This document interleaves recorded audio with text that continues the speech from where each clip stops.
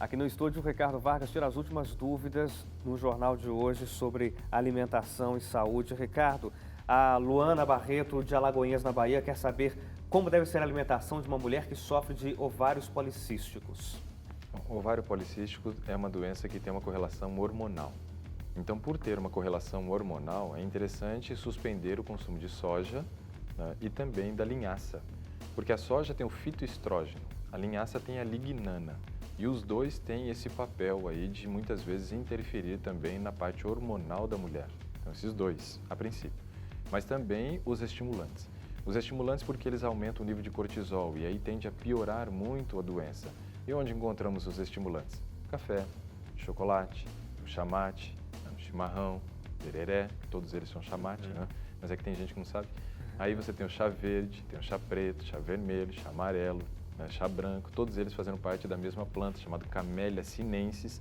Aí você tem ainda os refrigerantes à base de cola, os refrigerantes de guaraná.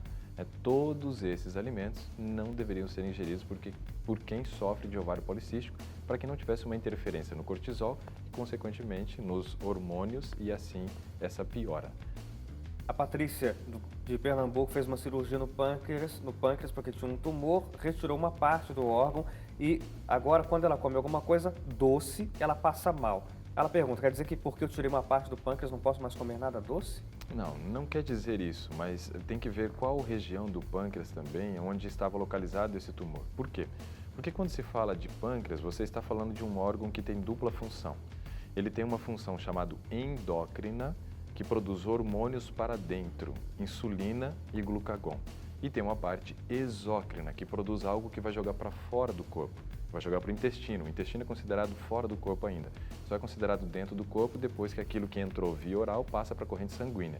Enquanto está na boca, esôfago, estômago, os intestinos, tudo isso é considerado fora do corpo. Então essa função exócrina parece ter sido comprometida em virtude da retirada do tumor. Aí ela precisa dar uma analisada nesses aspectos, porque tem enzimas que ela pode tomar para suprir a falta de enzimas que o corpo está produzindo.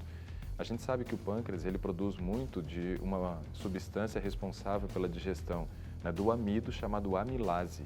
E isso você encontra para comprar na farmácia. Se esse for o problema, aí ela pode fazer uso. Mas quando se fala de doces em gerais, muitos deles são ricos em sacarose, que é um disacarídeo que tem a sua digestão acontecendo nas células intestinais, que são chamadas de enterócito. Ali você também tem produção de algumas enzimas que fazem a quebra desses disacarídeos. Então ela precisa investigar qual é o tipo exato de alimento que ela tem passado mal e verificar se ela pode então comprar a enzima na farmácia e aí continuar tendo a sua vida normal.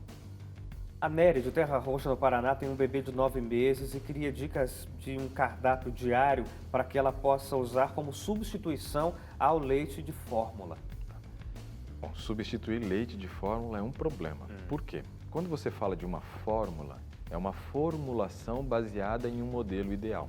Qual é esse modelo ideal? É o leite materno. Na natureza, você não vai achar nada que substitua, né, de maneira simples o leite materno. Você teria que ter uma ampla variedade de alimentos a serem ingeridos para que dessa forma você pudesse oferecer tudo que tem no leite materno. Uma coisa, por exemplo, que não viria na sua formulação é a B12, né? Porque não deveria fazer o uso do leite de vaca e aí nesse caso você não daria outro produto de origem animal para a criança nesse primeiro ano de vida. Então a B12 faltaria, ela teria que buscar na farmácia.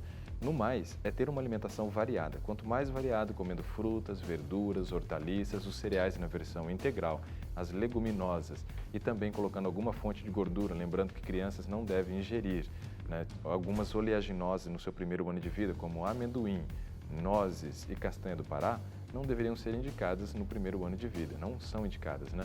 E aí poderia ter a castanha de caju, amêndoa, abacate, como sendo algumas fontes de gordura também. Uma variedade, né, de alimentos oferecidos, provavelmente ela vai suprir a necessidade. A Isilda, de São Paulo, quer saber se dá para fazer um chá de açafrão da terra para usar como substituto de anti-inflamatório. Olha, eu já tomei suco de açafrão da terra, mas chá eu ainda não tomei. E eu não sei se o aquecimento poderia interferir no poder anti-inflamatório que tem o açafrão da terra. Ele é chamado de cúrcuma e ele tem realmente poderes anti-inflamatórios, né? Mas geralmente a gente come ou cru, pega o açafrão, corta ali um pedacinho, coloca na boca, mastiga, engole, né? Ou então você pode bater num suco e tomar esse açafrão. eu já não sei se o chá não inibiria as propriedades anti-inflamatórias que ele possui. Para a gente encerrar o jornal, Ricardo, rapidinho aqui, a Josefa, que alimentos dão sono? Opa, essa pergunta é interessante. Tem vários alimentos que são fontes de triptofano e que podem produzir melatonina e ajudam a dormir. Castanha de caju, amêndoa, castanha do Brasil. Dessas, a castanha do Brasil não seria indicada para a noite. A castanha de caju e a amêndoa sim por ter um teor de gordura menor. O arroz integral, a lentilha, o grão de bico, o espinafre, a banana, a aveia e o mel.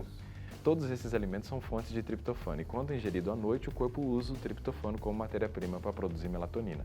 Mas não adianta nada comer esses alimentos e ficar com luz acesa até tarde, na frente da televisão, dispositivos eletrônicos. Isso vai inibir o corpo a acumular melatonina.